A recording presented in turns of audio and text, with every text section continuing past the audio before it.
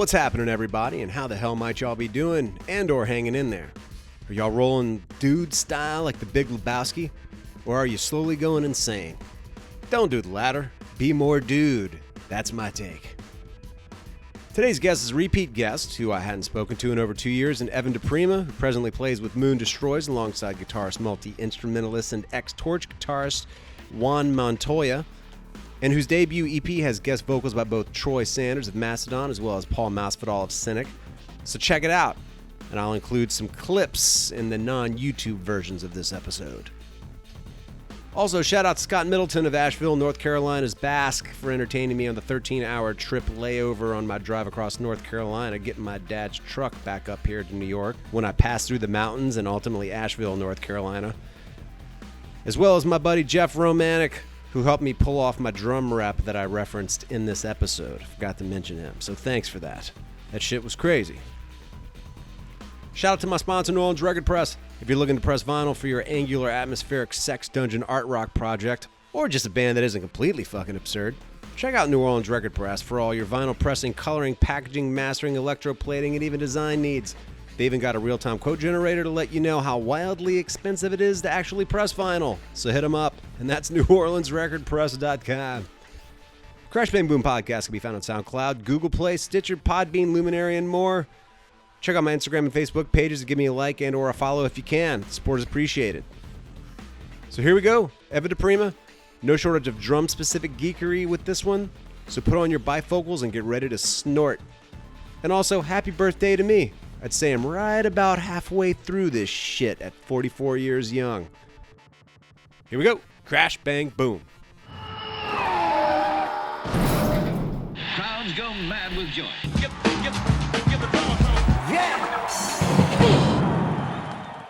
Evan Diprima, what's happening, man? It's been a long time, about 2 years or so, I believe. Last time we spoke, you were touring with Royal Thunder. You were talking about eating canned ravioli, as I recall. We interviewed in the basement of St. Vitus, and now here we are amidst a pandemic. No live music, no venues, bars are fucked, restaurants are fairly fucked, and feels like the country's being torn apart. And you played in both Brother Hawk and now more recently with Moon Destroys, which is killer. We'll certainly have to talk about that. But what the fuck's been going on, dude? Shit has changed since I saw you last.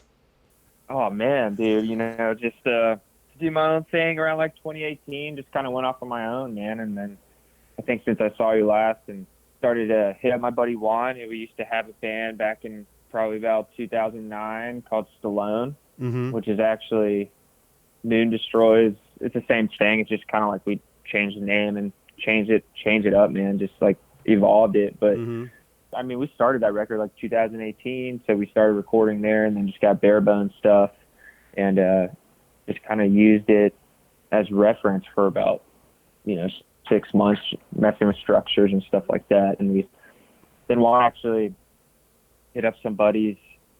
We can talk about this in a bit, but just, the whole record came together, and I did some live stuff for a while with Brother Hawk, and just worked and grinded it out. And, man, same old, dude, just trying to stay sane right now and safe, as I hope everyone else is, man. It's been interesting. Yeah, I've been joking about the Groundhog's Day nature of day-to-day existence, and it's so funny. I've been going to practice drums at my practice space, and I see the same two guys outside every time when I roll in, and then when I leave around the same time as well. And then I go to the park and meet up with a buddy around happy hour, and we have some drinks in the park, and my son runs around, and then the same people walk by with the exact dogs, and then and I see the same guy that looks like Russell Brand, who wears the same boat shoes and hikes his pants up just above his ankles so you can see his ankles, and he looks just like Russell Brand, but it's not Russell Brand. It's strange, man. Day-to-day existence is fucking weird right now. It's like living in an idiocracy, dude. That movie with Jason Bateman. Totally, man. I know. Tell me a little bit about this Moon Destroys thing. I really dig the record. I think it's super cool that you got Troy from Mastodon on it. You got your boy from Cynic. Masvidal is Paul Masvidal. There it is. Yeah. And it's the tracks. I know. Like, people might be aware of Juan, your counterpart in the band. from his time with Torche. Obviously played on my favorite record of theirs, arguably, and Meanderthal. So you mentioned a little bit about you knowing Juan, but I'm assuming there's with Torche, there's the Miami connection. I'm assuming Juan, and even like in the instance of Paul from Cynic, Cynic was originally, I guess, a Florida band, Miami band. How did you and Juan, I guess, get together and start kind of forming this thing, and then ultimately get some of these guys on these tracks and whatnot? Man, it's crazy. Like Juan and I go back pretty far now. It's been I guess maybe like 11 years or so we've known each other now. So it's been he moved up to Atlanta for a little bit in like 2008 or 2009, because I want to say we met in like 2009. That's when we did those like first initial demos and stuff. Back in like 2009 we met, and we were trying to jam for a while. We had talked about it and just hadn't gotten the chance to get together really, but we finally like went to a buddy's house, like a mutual friend's house. He was having a get together, and he had like a kid at his house and like a 412 stack and all that. So people were jamming out, and I was like, Juan, it's finally time, man, let's jam out. So we just we hit it off that night, just kind of out of a fluke, you know. And then started writing more, man, and did, like I said, we did demos under a name called Stallone, which was like, at the time we were just doing like instrumental tracks and crazy soundscape type weird stuff. And we got some buddies to play live with us. We did some Stallone shows for a little bit. Right. So that stopped around like 2012. Gotcha. And then I did Royal Thunder up until 2018. And then, like I was saying earlier, hit up Juan after that. And initially we were like, let's just do Stallone stuff again. Let's do some instrumental songs again. So he flew up here from Miami, and we just got together in like a rehearsal room for like probably 3 days straight and just wrote stuff from scratch, man, and just jammed out. And so after like the third day of that, we went to the studio for like 2 days with our buddy Joey Jones, who did all the Royal Thunder stuff. Nice. And he did the I want to say that band Cloak from Atlanta too. He did their first record, which turned out super awesome. So we just went to the studio, man, and basically recorded whatever we could as fast as we could live. I mean, we just ran it no click or anything. We just did like raw live stuff, and then went back and, you know, layered some guitar stuff over, or like crazy weird noises after that, you know. Yeah. And, you know, we were like, man, these might need vocals on them, man, because we were like, instrumental would be cool, but this stuff kind of evolved after all the years we had kind of not played together or written together. I was like, it's like coming back stronger. So like you were saying, he knew they were all Florida dudes, so he's known Paul from all that. And then Mastodon, the relationship was, Juan actually played in a band with Troy's brother Kyle. They had a band called Monstro back in about like 10 years ago now. Wow. And then, you know, he did the Killer Be Killed live stuff with Troy. And that's how that all came together. And then we got our mutual buddy that we both have known for a really long time, Brian Ritchie, bass player and a synth master from The Sword, to do some crazy soundscape synth type layers in Stormbringer. Right. Man, I wish I could get that isolated track and show it to you, because it's crazy, man. It's like all this alt Moog stuff, and nice. It sounds killer. That's awesome. Yeah, man. I mean, it was initially just started kind of like an experiment. We were just got together and just to write something again. And it just kind of evolved over a couple of years, and we were like, let's just make it a brand new thing. So we just took a couple of years kind of like developing it and figure out what we wanted to do, and, you know, did all the artwork. The artwork's actually all done by Juan. Right. So we just like hand drew everything, and then had a dude named Jacob Spies do the album layout. So he just like took the art and did the design work and the layout and the logo. Right. So it just kind of all came together by the seat of our pants, and now it just kind of developed into this thing, you know. Right. And it's flying by the seat of our pants. Totally, man. Well, with Troy being on the song Blue Giant and Paul being on Stormbringer, what was the process of, I guess, them recording their tracks? Did you just send in the instrumental and they recorded it in their own studios and just kind of bounced it back to y'all, or how did that work out? Yeah, exactly, man. They both, we just sent them like the raw, like the raw straight out of the board, unmixed instrumentals. And, they did the vocal. I think Troy did the vocals down in Florida. And then Paul's out in Los Angeles. So they did, and then they just tracked them at home. Or I think Troy went to a buddy's studio, a dude named Dan Byers. That's right. Mm-hmm. Yeah, so he went to a dude named Dan Byers, did vocals, and Paul actually recorded the vocals himself. Nice. And they sent us back the files, the waves and all that, and Jody just mixed them all in. He just put them in the mix. He queued them all out, did all that crazy engineer stuff, that I don't really understand. I hear you. What drums did you record on? What kit did you use? Because I know you got a few kits, and we can talk about some of them. But what kit did you use on it? Dude, I used that.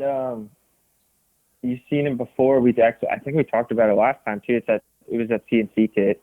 Oh, you're right. That like matte black, the 24, 14, 18 kit. Yeah. Yeah, buddy. That kit does sound good, man. So that bad boy. Oh man, let me remember. It's like a 6-ply mahogany, like reverse roundover, right? Bearing edges. Man, because I don't have that kit anymore. Actually, that's Joey. That's our boy Jody Jones' kit now. Really? Yeah. Was that one of the last times you played it? Was that what ultimately ended up on this Moon Destroys record? Yeah, I mean, I'm still every time we record, it's gonna be a Joey, so I'm still probably gonna rock it on a bunch of records and stuff. But nice. We just use that Danette 6.5 by 14 titanium snare just on everything. Wow. Nice. Because man, we did we probably recorded like 8 or 9 songs. Okay. And we just kind of went through them for months and just kind of picked out like our favorite little like 12 minutes of music. Because it was like the first EP, so we didn't want to like overload people or like. But it was a cool experience, man. We were tired as hell. We did the whole thing, I want to say, in like 12 days. Nice. And then we just, everyone, we got the vocals in there. So it was a cool experience. It was actually the first record I had done where everyone wasn't in the studio together for weeks, months, however long, Right. It's crazy listening back to it because you're just like, you rushed through it 12 days and you're like, oh shit, I forgot I even played that part, or I forgot of that part, especially running it just kind of unrehearsed, Uh-huh. So y'all basically just like rented out a studio for 12 days and just played every day and kind of worked your way through stuff and tried to find the gems and sort through it. Essentially, I guess that was part of the process. Yeah, exactly. I mean, more or less, it's just exactly what we did. We would jam probably like 12 hours a day. Wow. And then we just moved all our shit after the third day down to Joey's spot and started tracking. So it was like, because we don't live in the same state anymore. So we were just like, man, we got to do it. Like, yeah. That kind of, and we're about to do the same thing, man, again. So I'm actually, paranoid about it, but I'm actually driving down to Miami. No way. So we can Yeah. I'm just going to get out of gas pumps and wear gloves and like throw the gloves away and sanitize. And then if I got to like take a leak, I'm going to stop on the side of the road just so I don't have to get around people. But I'm going straight to Juan's house and we're quarantining and just like demoing and writing. So it's. Oh, dude, you'll be fine, man. Listen, I just flew to New Orleans. My dad picked me up and he gave me his truck that he's had. It's a 2000 Toyota Tundra with like 275,000 miles on it, but it runs like a fucking sewing machine because he had it and he's crazy. Like a champion, dude. Dude, it runs like a champion. Yeah. And so then I drove it back to New York. and I drove through the mountains. So I drove for like 32 hours. And I mean, if I got out at a rest stop or whatever, I would just go in, piss, I'd throw a mask on, even a bandana, whatever, and I just did that whole trip and went through the mountains and everything. And even went through states in North Carolina in particular, which is having some serious problems as of right now. And it's fine. So you don't need to worry about too much. Wear a mask, wash your hands. You're good to go. Live your life. Go do it. Dude, I mean, we're doing the same thing. We're locking in for like a week and I'm actually taking like a little mobile rig down there so we can demo and just kind of like, because I mean, that's the thing. No one can tour right now. No one can play live. Right. It's been a weird time for everybody. Totally.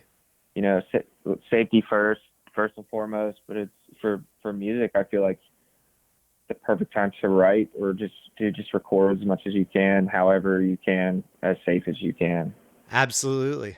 Just put music out or just work on it. I mean, be creative, however, just make sure you're being safe first and foremost, Yeah, but I've been fortunate in that I edited a couple of music videos for a good buddy of mine who so happens to have a studio. So the barter agreement that we had was that I could then come to his studio and record drums. So I did 2 drum sessions for 2 different projects, and I'm working on 2 other projects. So I got like 4 projects that I'm working on now. I'm hoping I can put everything out this year. So yeah, I've been trying to make the most of it and just taking the proper precautions and living my life and doing my thing. And I've been good thus far. So I'm making it work somehow. It's crazy. Dude, I mean, it's now is the time to, like, especially for artists, whatever you're doing, anyone, whatever kind of artist you are, it's the time to just lock down and do it. Mm-hmm. Find the light in the darkness, you know what I mean? 100%. 100%, man. Push that creative button and go for it, dude. Yeah, for real, man. Well, like going forward, what do you foresee? I mean, with Moon Destroys, do you foresee it as just being an instrumental thing and then continuing to have guest vocalists on it, or trying to get somebody in permanent? Where do you see, I guess, it going from here, given what you did with the first EP with the guest vocalists, as we mentioned earlier? Oh man, we're gonna start working on this record this year. Like I was saying, like in the next couple of weeks, we actually have some plans for like just like a solid lineup for this full length. So can't spill the beans yet, but it's going to be probably, it's looking like it's going to be the same people on every song. So it's going to be cool, man. Really? Really? Yeah. Okay. Kind of like going into full length, and then, like I said, we'll just record as much as we can right now, put out a record. And if we still can't tour, we'll just record again, whatever. Just kind of where I'm at with it, honestly. Yeah. Well, as a guy, I mean, what were you doing previously and or now to sustain yourself? I guess when you weren't touring, because I know you did a pretty good bit of touring when you were with Royal Thunder, and then with Brother Hawk, it looked like you did a good bit of touring as well. And now with that gone away, what have you been doing with your spare time other than trying to lock down all this creative stuff? I've been super paranoid, honestly, man. I've been like mainly locked down. It's awesome when you can support yourself off touring. It's rare, but right. It happens every now and then for like a few months. Yeah. There, Yeah. But in between that, I work for this production company in Atlanta. So we do like backline, and we do like tour rehearsal rooms, and we do like gear rental and as backline. And then we have like a little studio. So I pack drums for all these shows and stuff. So like I'll pull bands riders and pack all their drums and percussion and stuff. Nice. So pack them up in cases, pack the trucks out, for tours or festivals or whatever. Right. But now that's gone away. Exactly, man. Like I'll even go like backline tech some shows and stuff and do setup and tear down and stuff, loadouts, just, crew type stuff and packing drums. But we had stuff lined up off the summer, man. And then like within a day, it was just like, just gone from this stuff, but right. Luckily a lot of us we're able to get approved for that unemployment. So it's, at least there's something like, but I'm hoping, I mean, I can't even do that work again until shows come back, but right. We'll see what happens, dude.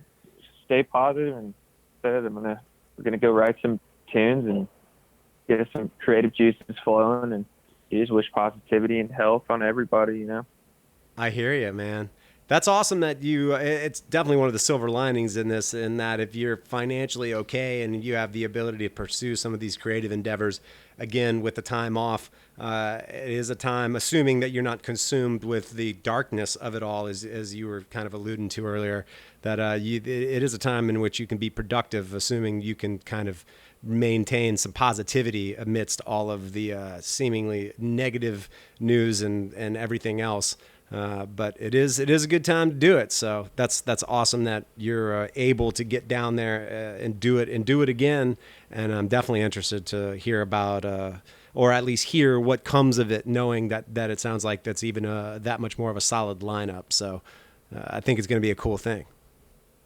Yeah, man. And that's, you know, honestly, that's my favorite part of a record is like the demoing and writing process. It's just, Yeah. I'm just going to be like Apocalypse Rider down in Miami, dude. Yeah. Let's go down. Car full of shit.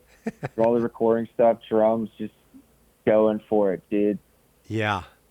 Trying to make it in 2 tanks or something, you know? Yeah. Do you think on this one you'll end up doing it because with the Moon Destroy stuff, I think it sounds pretty natural, pretty organic. And I think that's due in part to, as you said, playing it live without clicks and whatnot. So do you foresee that sort of being what you might do on the next one going forward? I'd like to, man. I've really liked doing that lately. Like just getting whatever you know, at least getting the skeleton down tight of a tune and just rocking it naturally. Right. I mean, we might end up using a click on some things on the record, but I mean, it's hard to say. I've always loved that raw kind of natural push and pull when you can get that feel, you know? Right. I mean, I think we talked about last time too. Like sometimes a click can limit you. Of course. I mean, it can lock right in, but like, or you can dance around a little bit. But when you don't have it, as long as you're locked in tight, I feel like as long as you're locked in tight with your other fellow bandmates, it's gonna sound awesome. Right. It's like old Sabbath stuff, to where it's, you know, there's a ton of push and pull, but it's so natural sounding and they're so locked in. All those records, you can tell, like, it's just swing, like, comes from all the swing stuff. Totally. I mean, that's why I'm such a big fan of like Yeah. early 70s records in particular, because there's all of that all over the place, from bands like Free to even like lesser known bands like Wishbone Ash or Allman Brothers, Black Sabbath, all that shit. I love it because one, it's all real instruments. One, it's all real feel. It's just all real. And I love it. It's analog. Like everything about it is just fucking real. I love it. That's exactly how I'm feeling too, man. It's like, and that's kind of the feel I'm going for with this stuff, as far as at least the drum goes. I mean, without a click, you know, you'll go back to like layer in a guitar or a lead or something. You're kind of like, oh man, I kind of like rushed that part, but you're kind of like, whatever, it's too late. Right. Too late now. We weren't running a click, but just like you just make it work, and then it all blends together, and it sounds human. I guess Absolutely. that's just like in a nutshell. It just sounds human. Absolutely. Yeah, I just had a recent experience, speaking of recording in these COVID times, with my buddy who I mentioned earlier at his studio, and it was a band that I had not been playing with very long, but we got together, we kind of ran through some stuff for a few months, and just at the beginning of when this started happening, I was like, let's just see like what we can play to click tracks and what does and doesn't work, and we kind of demoed them with just like room mics and whatnot. And then this happened, and I was like, well, these are some of the BPMs we were looking at. So talking to the two guitarists, I was like, tempo map out the songs that we jammed, and let's kind of listen to them and see if they seem close. I'll demo just, live drums on top of them so we can bounce the ideas back and forth. And then I'll go into the studio and do it. So I just recorded a whole, or like 4 long songs at that, without the other members of the band, only with the engineer producer in the room, and listening to scratch guitars on a tempo map. And that's how I recorded the whole thing. And it was, admittedly, at times, I was like, what the fuck is going on here? But I managed to pull it off. So I'm kind of amazed that it went as good as it did. Dude, and that can totally work sometimes. I mean, that's how I tracked Royal Thunder Crooked Doors album. Right. Now, you mentioned that the last time we same. talked. Yeah, you were saying you went in and just recorded to a click by yourself, right? Yeah, I mean, I think it really just depends on the songs and stuff. I think Juan and I have known each other so long that it's almost like free form. Like we'll almost just jam, kind of like we'll just get out there and kind of just like improvise shit. Where it's like, oh shit, like just hit record and we're just gonna go in there and jam, and like we may not be able to replicate it, but right. Like if you got it more rehearsed, man, like you're saying, and you just go in with click or the scratch guitars, I mean, that can be great too. It gives you honestly more time to think about the parts you're actually going to go in there and execute. But for sure.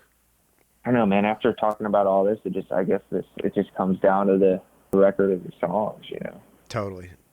All right, so drums. I know the last time we spoke, we talked about some of the specific drums, one of the CNC kits that you mentioned earlier. I think at the time you had mentioned that you had gotten a white, either 8000 or 9000 series Yamaha kit.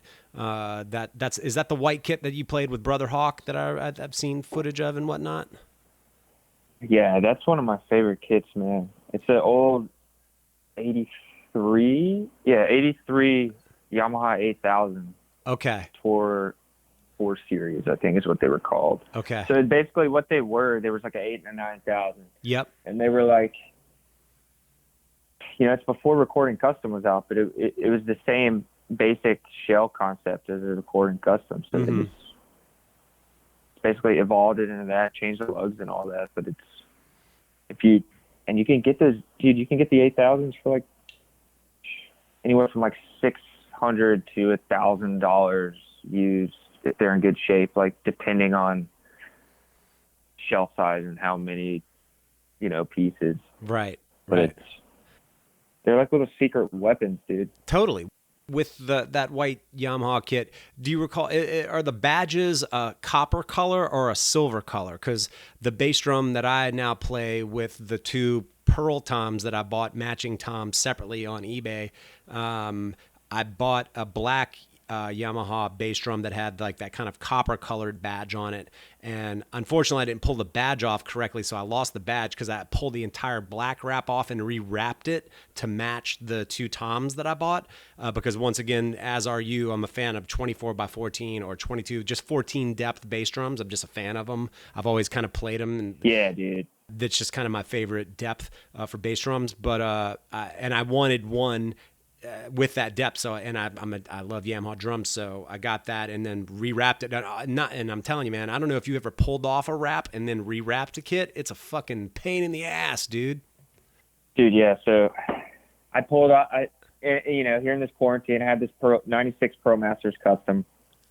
It's from the shop I work at.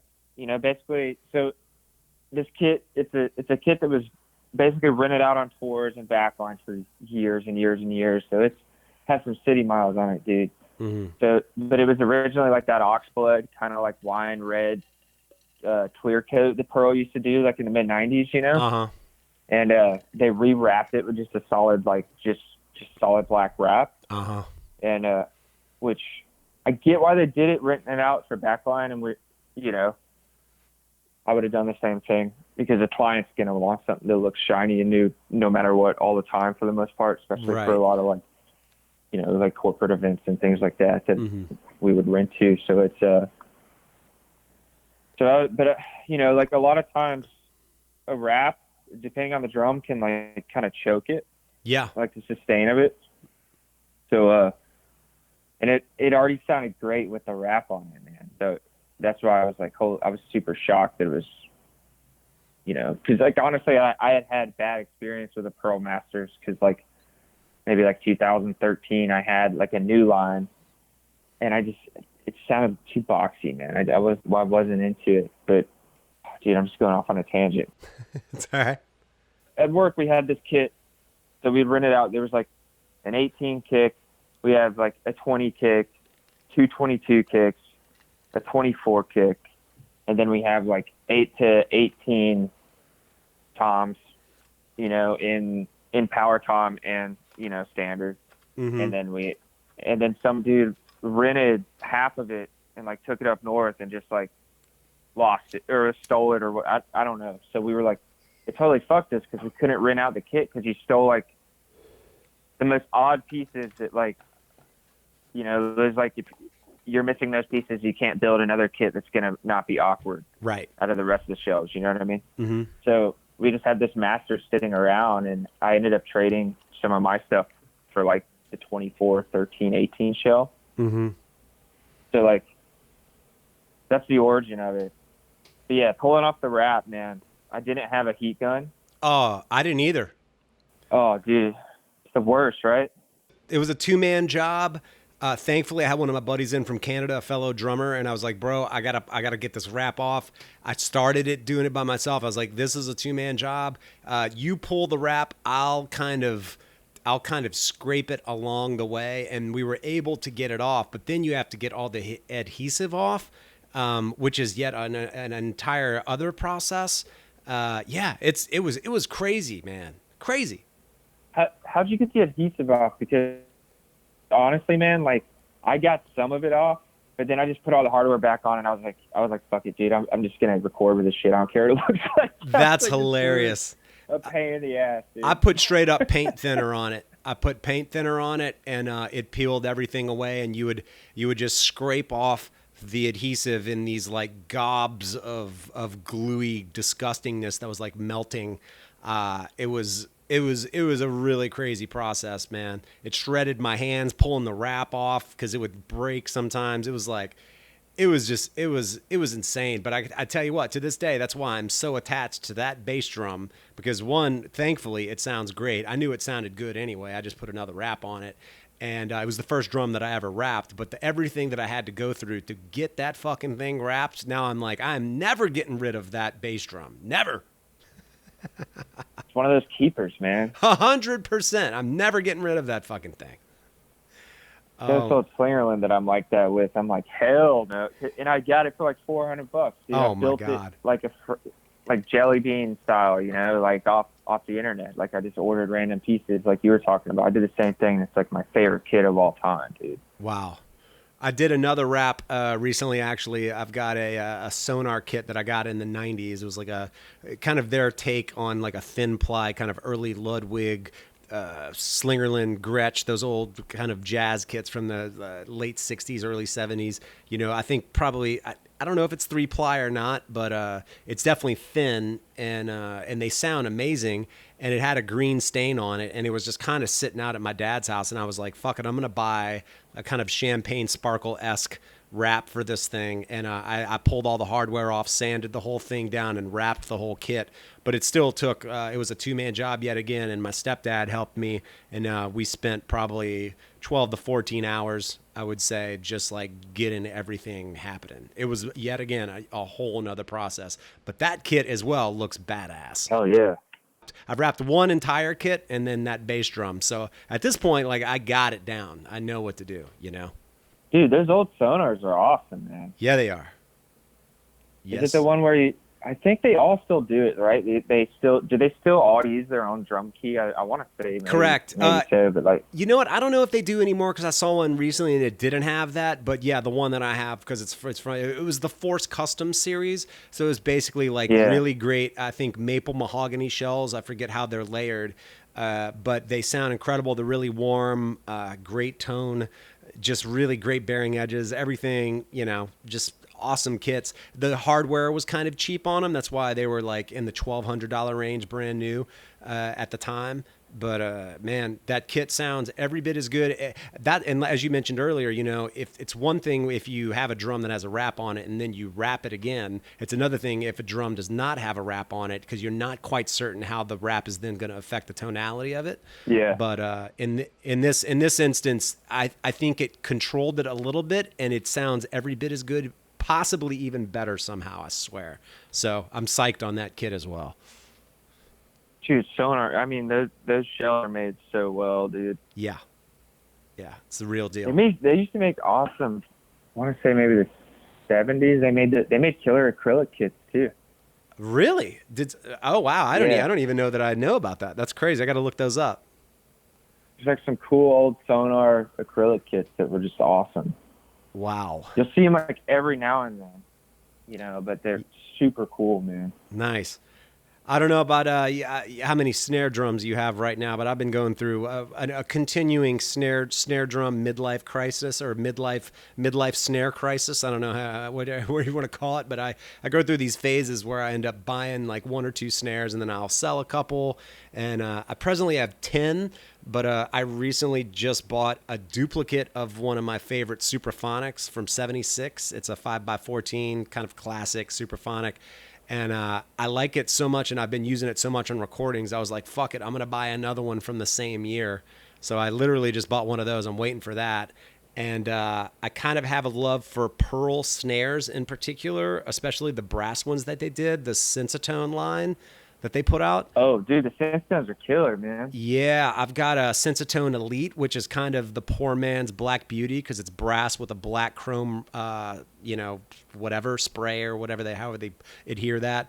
And whereas the Black Beauty is seamless, this does have a seam. But I tell you what, those drums that one in particular sounds pretty damn close to a Black Beauty, and significantly less. And I just bought yet another brass 5.5x14 Pearl Sensitone. I got that in on Thursday, so I brought that to the space. I've been playing that for the last couple of days, and then I got a bunch of like other ones. I got some acrylite and like the Slingerland Gene Krupa. That's a brass snare as well with a chrome, overwrap or whatever.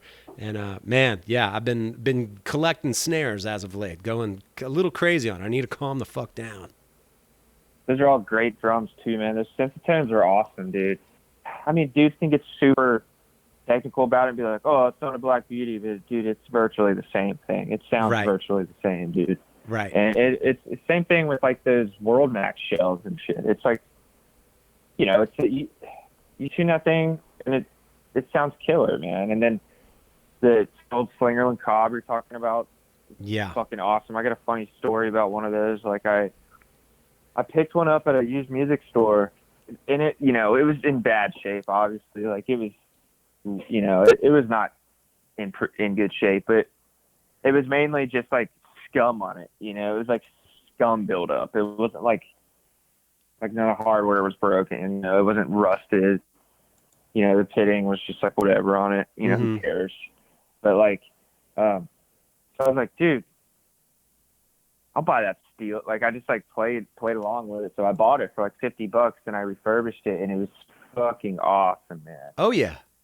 6.5x14, like one of the best sounding they're amazing snares I'd had. They're so good. The shells are so thin too, man, and just like they fucking sing, dude. Yeah. And unfortunately I ended up selling it, but oh, did you? I regret it. Yeah, I wish I would have kept it. Yeah. I would like. There was a time where I would just buy stuff, clean it up, and sell it. But that thing in particular, I regret it not keeping it, dude. Yeah, it's funny. One of my buddies down in New Orleans, he's got a bunch of snares, and I pulled that out of his snare collection. He had a 6.5x14 8-lug, 70s era Gene Krupa Radio King Slingerland, and immediately when I played it, I was like, "This snare is amazing," and I made a mental note. If I'm ever buying snares, I should probably get one. And I got a really good deal on the 5x14 that I got. And yeah, man, this once again, it's got a different thing from my Supraphonics and the acrylite as well for that depth. But there's 70 snares that man, they got their own thing going. But I love those snares. What can I say, dude? I mean, they're some of the best creations ever. I mean, the only thing is there's Slingerland hoops, man. Those old, what are they, S hoops or whatever? They'll tear your shit up, dude. Yeah, they will. And another thing, the throw off on mine in particular, like the drum looks great, but the throw off, I don't know if it's an issue with those drums in particular or how old the throw off is, because it's the original one, but the snare tension dial on it will just sort of slowly, even within a song of playing it, will like loosen, so then you're losing your snare tension on it. So I just throw gaff tape on it, and then it's good to go. Dude, exactly. That's the way to do it, dude. Yeah. They're like antiques, basically. Totally. And I never really thought about that until now. They are antiques. That's insane. Completely. A lot of the shit I've owned has been way older than me. That's insane.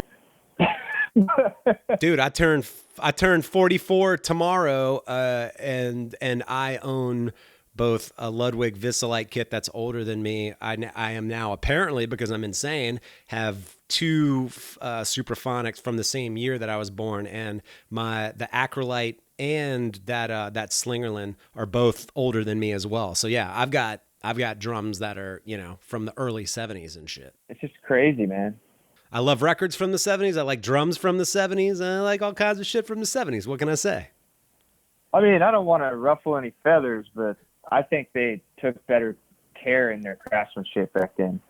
You know what I mean? Yeah. Like the new stuff's killer, man. Don't get me wrong. Like if you just buy like top line a banger, it's gonna sound cool. But like that, there's some of that the old stuff. It's almost like when you look at an old building or something, you're like, damn, that shit's gonna last like another 100-something years. Yeah.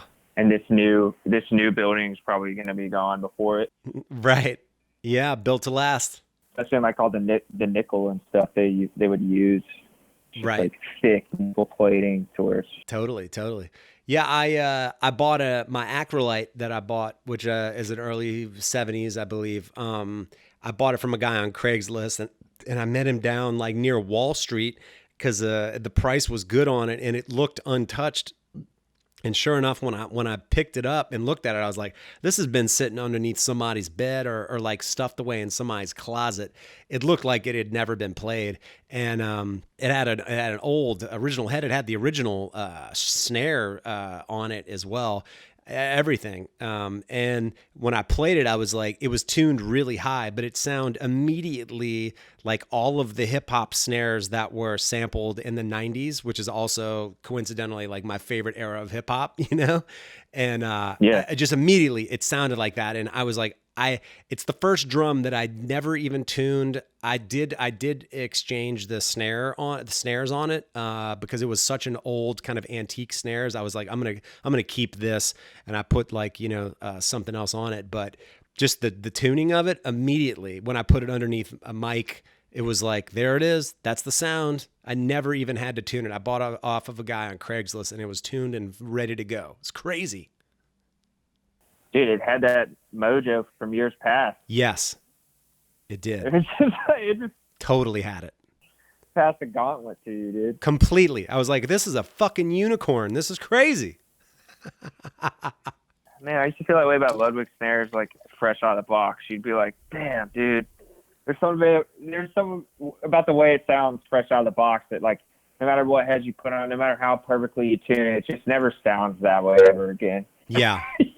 Yeah. You know what I'm saying? And I wonder if it's just because it's the first time you're hearing it in your brain. What do you think, man?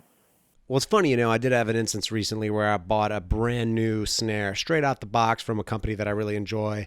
And I had some older snares as well from them. And I did not really like the brand new one that I bought and ended up selling it. And I still play the older snares that are, somewhere between 20 to 50 years old. And I'm just a fan of the way they sound. You just weren't into it. I was like, what is up with these old 70s snares? I mean, maybe they've been played so long, the reverberations of sound through them have changed them acoustically to some degree, but then again, they're metal. Maybe it's vibe. Maybe it's fucking spirits. I don't know where it comes from. I can't explain it. All I know is that the drums that I have from the 70s have a very specific sound, and I prefer them over basically all of my snares. Didn't they use like a different kind of alloy back then? They might have. In the Supras, like, that they've kind of changed over the years. Like, I want to say, yeah, because I have the same, like, I did something that I was kind of scared to do, but it actually worked out. Like, my wife, she had a 67 super sensitive 5x14, 402 style aluminum, chrome over aluminum. And it was just like in bad shape, and I refurbished it, and I actually just drilled an extra hole on each side and fucking converted it into a super. I put like a P88 on it. So it's like a 67 shell. I don't know what it is. I mean, it makes you think, because it's like I get it with wood because wood will dry out. So aluminum and chrome. I mean, is this something that over the years, it maybe like the molecular compound? Is that what smart people Sure. say?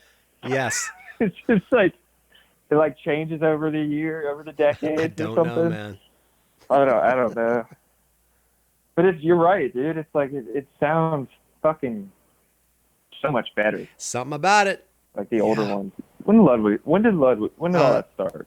I mean, I'm not like one of those dudes who knows like the year it came around. But when I think about Ludwigs, I think about they were probably making them in the 40s, maybe before. Shit. I just looked it up because there is this thing called the internet, and because we're doing this remotely, I do have access to it.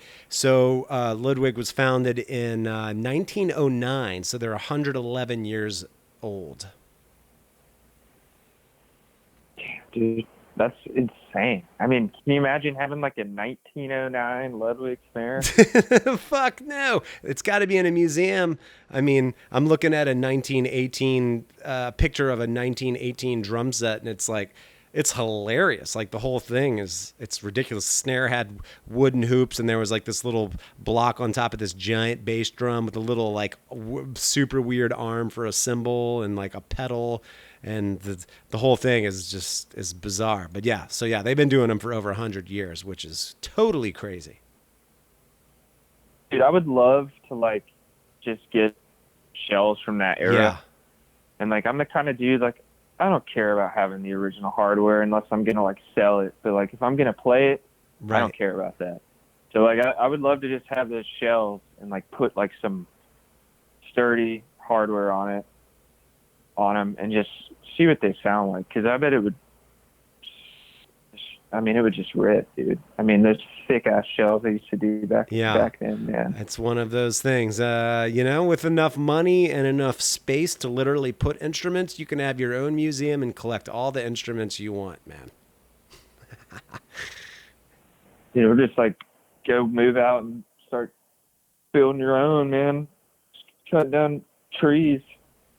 Cutting down trees and building your own drums from your own property. Just buy a farm and cut down your own trees and try to figure out what kind of drums you can make out there. That'd be fucking crazy. Dude, all the crazy shit in this country lately, man, like it's been scary, dude. Like I would love to just go off the grid at this point, just chop down trees and build drums and not even have internet or anything, and just like and 5 years later I had like so many drums. I just started my own company, dude. Just freshly cut trees from the wilderness. Right. I think you figured it out. You just got to purchase a farm somewhere with a lot of really good wood that would make drums, and figure out how to actually then make the shells. And I guess it's going to be a process. But hey, life goals, dude. You've got a good ways to go. You might be able to figure it out.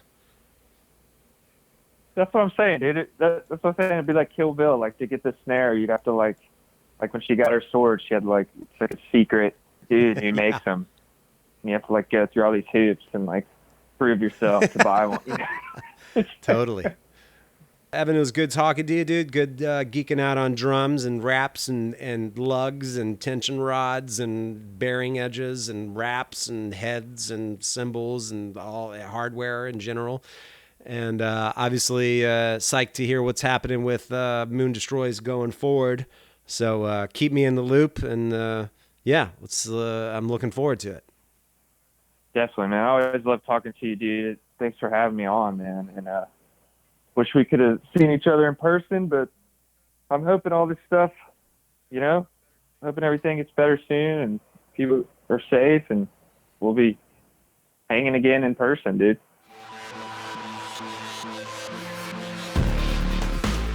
All right, everybody. Thanks for tuning in. Thanks to Evan for hanging. We'll catch y'all on the next one, and I'll continue to try to crank these out every week. Unless I'm driving across country and trying to not get coronavirus. Later. Crash, bang, boom.